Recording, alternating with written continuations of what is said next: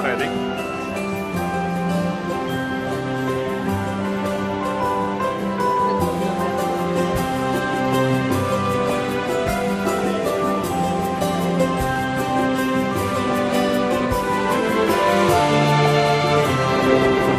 Our architecture, an ornate base to the building, stack of floors, and then an ornate top. Part of the hotel has a program. It's that whole structure all the way at the top that sort of looks like a little temple. It's called a tempiety. And if you're feeling very romantic and you want to pop the question to your significant other, they have a deal where they'll escort you up underneath the tempiety. There is a kneeler so that you can get down on your knees and do it the right way, and then they'll give you a bottle of champagne. You pretty much need to know you're going to get the right answer though, because that service costs $1,000. Real quickly here, the building on the left over here is the Chicago Tribune Tower. It's based on two cathedrals in France, or two cathedrals, one in Belgium and one in France, by two artifacts. Over here on the right, this tall white building that has the really strong vertical stripes on the windows is the Aeon Center. And it started out in 1974 as the Standard Oil building. And originally it was clad in white Carrara marble slabs. There was a problem though, they cut these slabs just a half-inch thick. So after they made the big decision to reclad the entire building, they had to take off 43,000 slabs of white marble. 2 years to do it, cost $80 million, almost as much as it did to build the building. The Swiss Hotel over here is by Harry Weiss. He used triangles a lot in his architecture, and we'll see another one of his buildings, actually a couple more of his buildings, and you'll see that he was a big fan of sailing, so he always used to use triangles because they reminded him of the sails on a sailing boat. But right behind it, in that gap, where it was completed, they wanted to work on a beautiful residential building. But if you were here about 25 years ago, this whole area was a big 9-hole urban golf course. If you've been to Chicago in the wintertime, out of every year, so they put it to much better use as a beautiful residential area. We're heading towards the lake. This is a good chance of drinking water from us. The Chicagoans were drinking all this horrible water. In the 1840s, we lost 10% of the cholera outbreak. They decided that they had to really do the problem and pretty much take care of itself. Back then, they came up with the idea of making the river go the other way, away from the river, basically empty. But to do that, they dug a giant canal. They connected the south branch of this river to this place. It took them 8 years to dig this canal. They took out more dirt than they took out the Panama Canal. On January 2nd of 1900, they tore down the temporary berm that was holding the river water back. It flowed into the canal.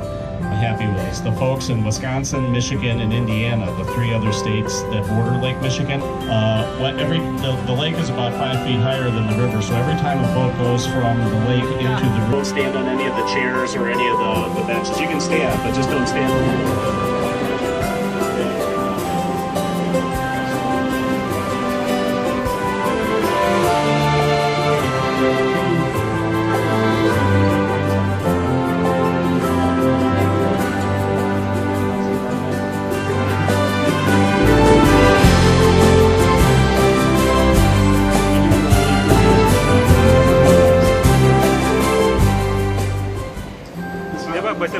Centennial celebrating 100 years of clean water. Of course, this is the largest hotel in Chicago. Fourth floor.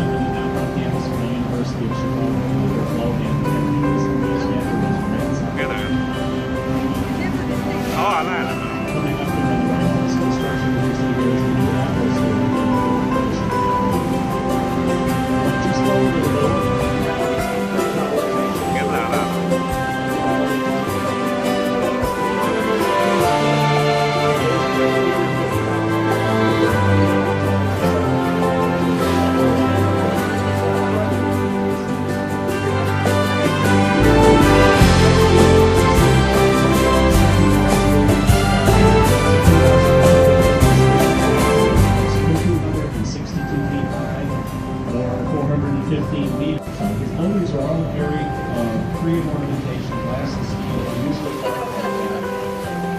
This philosophy of architecture was less is more.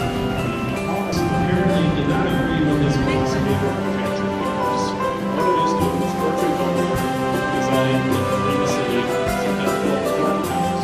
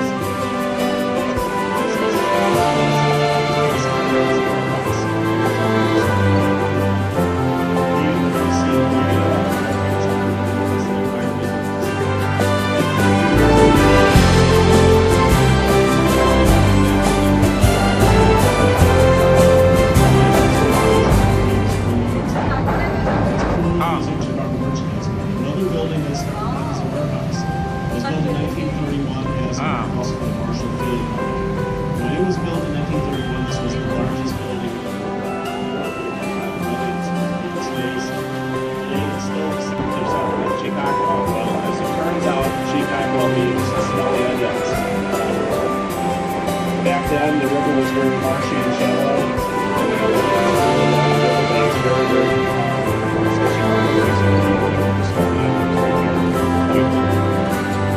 And we're going to head up the North Range, but notice on the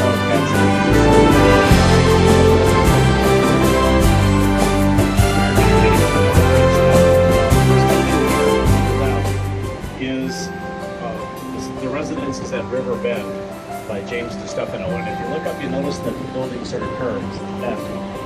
It curves where the very narrow building. There's only condominiums on one side of it, only on this side. On the other side, there are no condominiums. It's just a this is a 500 truck.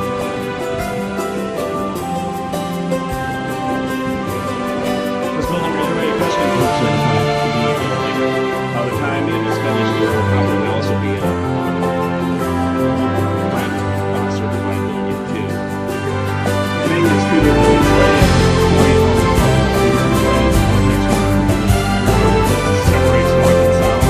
So imagine coming to work and having a view like this right down the river, right pretty much where that red brick building is on the other side of the river. Nash Hotel. It was just over there. It was the first hotel in Chicago.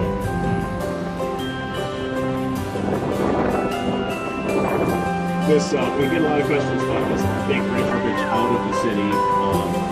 It stays out. It's not in use anymore, but it stays up because when it's down, it's only about 4 feet over the water, so no boats can get through here.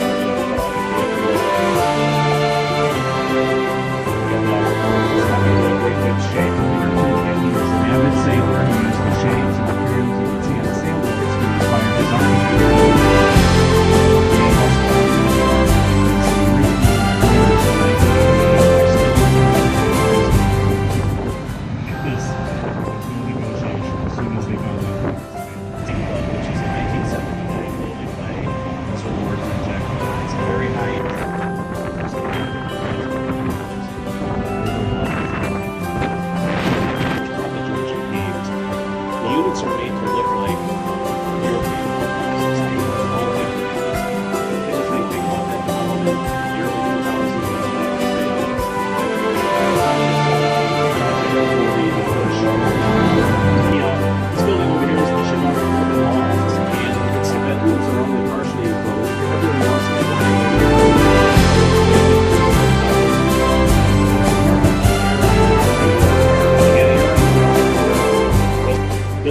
Coming up here, but this is Aaron Montgomery Ward Park right here.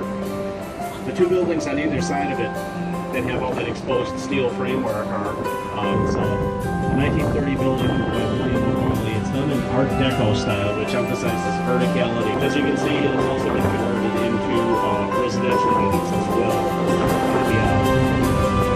The statue is called Progress Lighting the World Through Commerce, which was one of Aaron McGovern's favorite. Now, this really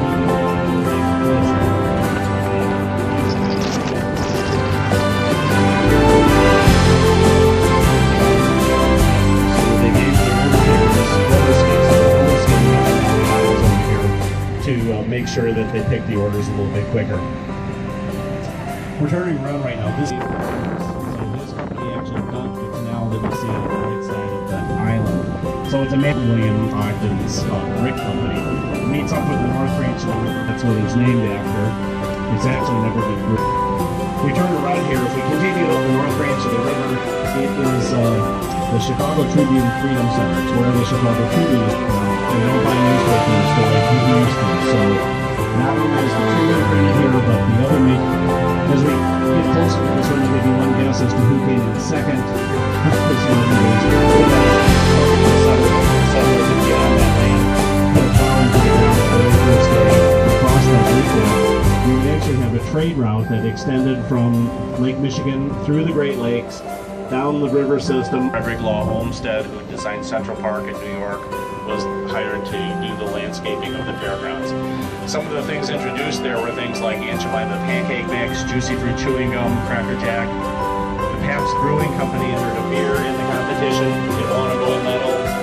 Everybody thought the gold medal was going to make sales go through the roof, and it didn't do anything. So they took the gold medal off and put the ribbon on it, and people started buying the beer. So now we know it is Pabst Blue Ribbon beer rather than Pabst Blue Medal beer. The fair just before our fair too was held in Paris.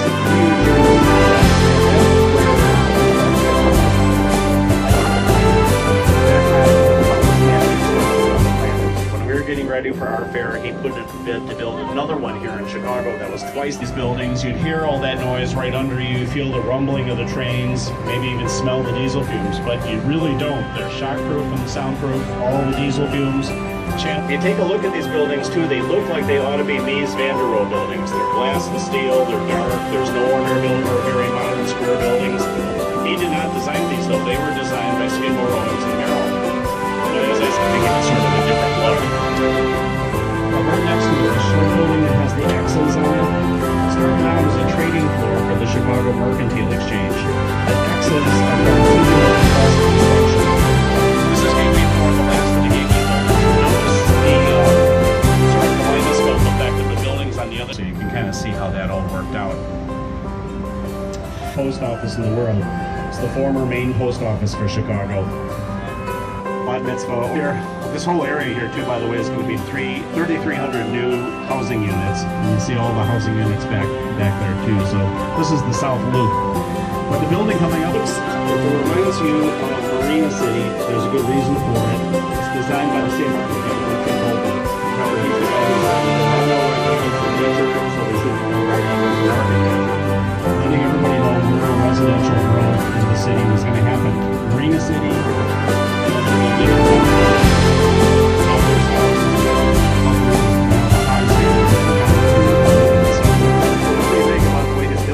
you see they have a way of reflecting around the residential front here, but it's painted red and white. But that is 137 DeKoven Street, 100 North, just burned to the ground. We do have writers, so this doesn't happen anymore. But we're going to turn sideways.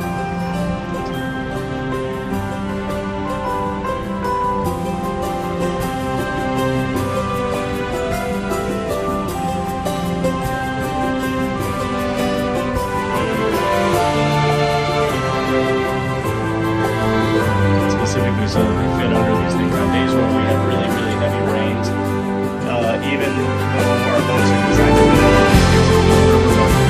As it turns out, a couple years after the fire, a couple of newspaper reporters admitted that they made up that story.